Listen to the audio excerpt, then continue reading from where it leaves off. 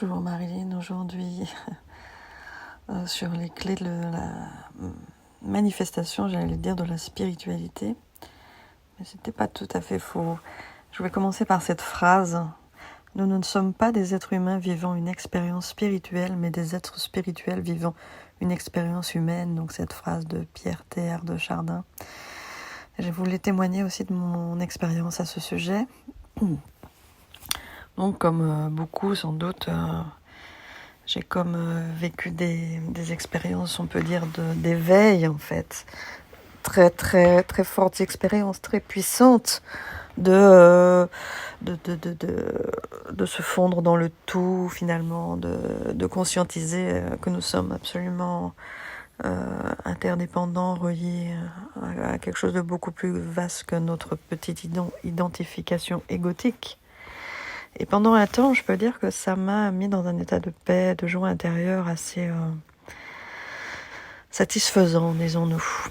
Au fur et à mesure du temps, je me suis rendu compte que aussi ça pouvait être comme une fuite en fait de l'incarnation. Et que c'était pas ce qui était demandé finalement dans cette incarnation, mais vraiment d'être cette... et peut-être qu'il y avait quelque chose qui avait été inversé. Je vais parler de ça dans ma prochaine masterclass, qui va être une forme de renversement, comme des choses ont été mises à l'envers. Là, c'est comme si l'humain essaie de faire une expérience spirituelle. Souvent, il y a beaucoup d'élan d'aller vers la spiritualité. Et en fin de compte, nous sommes déjà des êtres spirituels.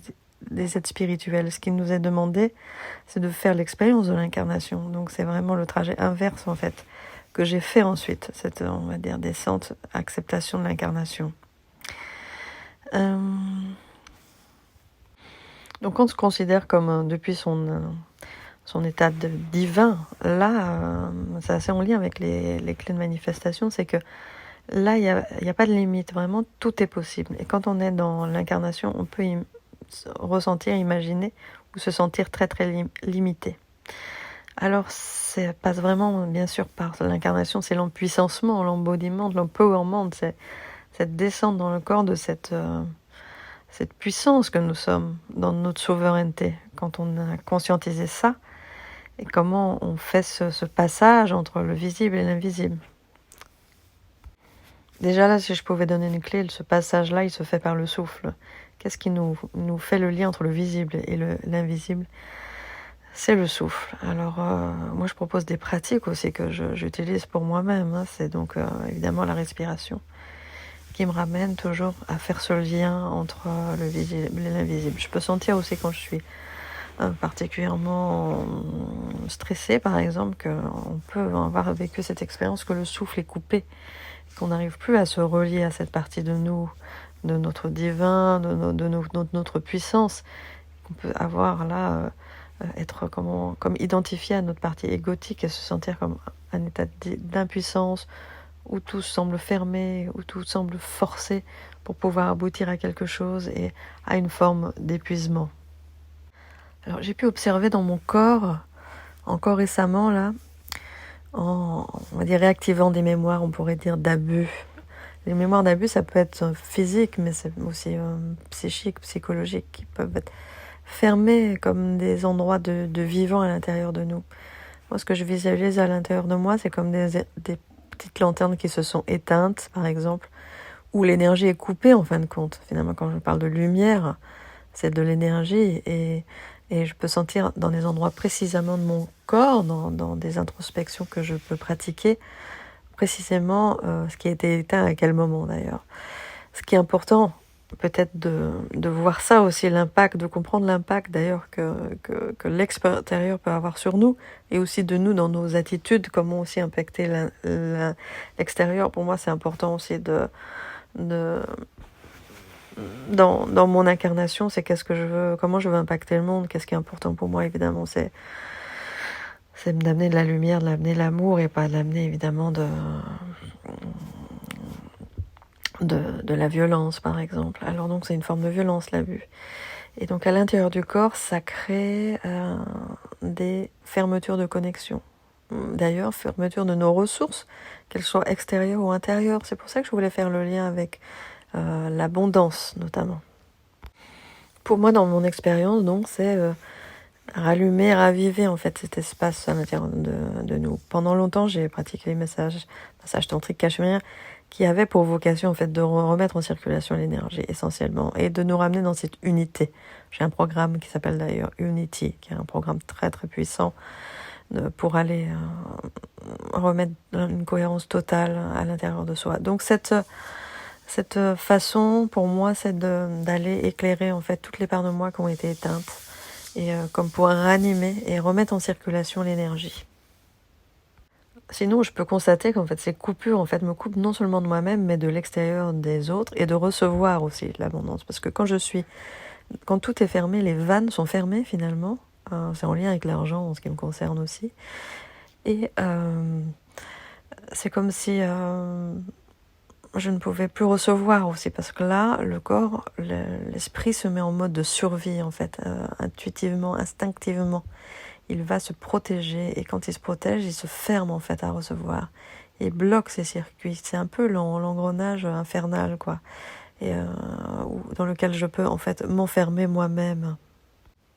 Et moi j'ai pour coutume, on va dire, de me réciter comme une forme de mantra qui est puissant pour moi. C'est pas moins que l'amour, pas moins que la joie. Et donc je vérifie à l'intérieur de moi où il n'y a pas d'amour, où il n'y a pas de joie, pour remettre ça en circulation.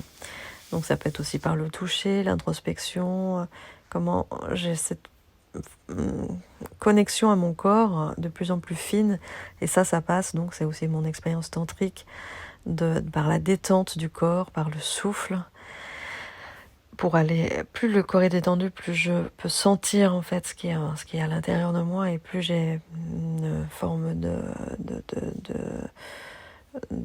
savoir-être, savoir-faire aussi, pour remettre donc ces connexions là où c'est fermé. Je remets de la lumière finalement et je remets en circulation l'énergie, je remets de l'amour là où l'amour s'est coupé. Alors souvent le réflexe c'est d'aller chercher cet amour à l'extérieur ou ce dont on a besoin, ou même l'argent par exemple à l'extérieur, ou l'abondance finalement. Et vraiment moi l'invitation et mon expérience c'est vraiment un retour à soi. Comment je me nourris en moi ces parts de moi qui ont besoin de tous mes besoins. Nourrir mon corps, nourrir mon âme, nourrir mon cœur de cet amour, de cette abondance, de cet état de complétude que je ne peux trouver à l'extérieur. Je ne peux que le nourrir en moi-même. J'ai fait une vidéo récemment aussi sur soigner le lien à soi-même, soigner son cœur, soigner son âme, remettre du lien à l'intérieur de soi, pour se remettre en lien à l'extérieur de façon saine en fait. Sinon je vais mettre réitérer des schémas d'abus par exemple, de dépendance si je vais chercher à l'extérieur. Et c'est comme une forme de cercle infernal comme je décrivais. Et le fait de remettre ça à l'intérieur de moi, en fait, c'est comme si j'invite la vie à revenir à l'intérieur de moi et je refais alliance avec la vie. Je donne cette information et je peux sentir instantanément comme c'est simple. Vraiment, j'invite à la simplicité dans les process. Et comme c'est simple de se remettre dans le mouvement de la vie, dans le flot de la vie, et la vie, là, peut vous aider, la vie peut nous aider. Si on se ferme, la vie ne peut pas nous aider. Donc c'est vraiment à nous d'aller inviter la vie à nouveau nous traverser. Et la vie, à ce moment-là, vraiment nous offre énormément. C'est là qu'à l'intérieur de moi, je sens vraiment cette joie, en fait, cette étincelle, cette flamme de joie qui réapparaît, qui est réactivée. J'ai fait une masterclass sur le feu sacré récemment, où on peut avoir accès au replay d'ailleurs, et avec des vidéos aussi dans lesquelles je proposais des pratiques justement pour réactiver ce feu sacré, pour récupérer son énergie, mettre à l'extérieur l'énergie qui n'est plus ok pour nous et se réapproprier l'énergie, les Bouddhas même qu'on aurait laissé en cours de route dans des expériences peut-être traumatiques ou traumatisantes. Et j'ai identifié que la joie donc amène le désir et remet du mouvement dans la vie, ce désir de cette envie. Et c'est comme là un cercle vertueux justement qui amène des miracles, de l'abondance, des rencontres, du nouveau. À nouveau se délecter de la vie et de ce qu'elle a à nous offrir. Et c'est directement lié à l'abondance. Si je parle d'abondance, c'est pas forcément d'argent, mais aussi d'argent.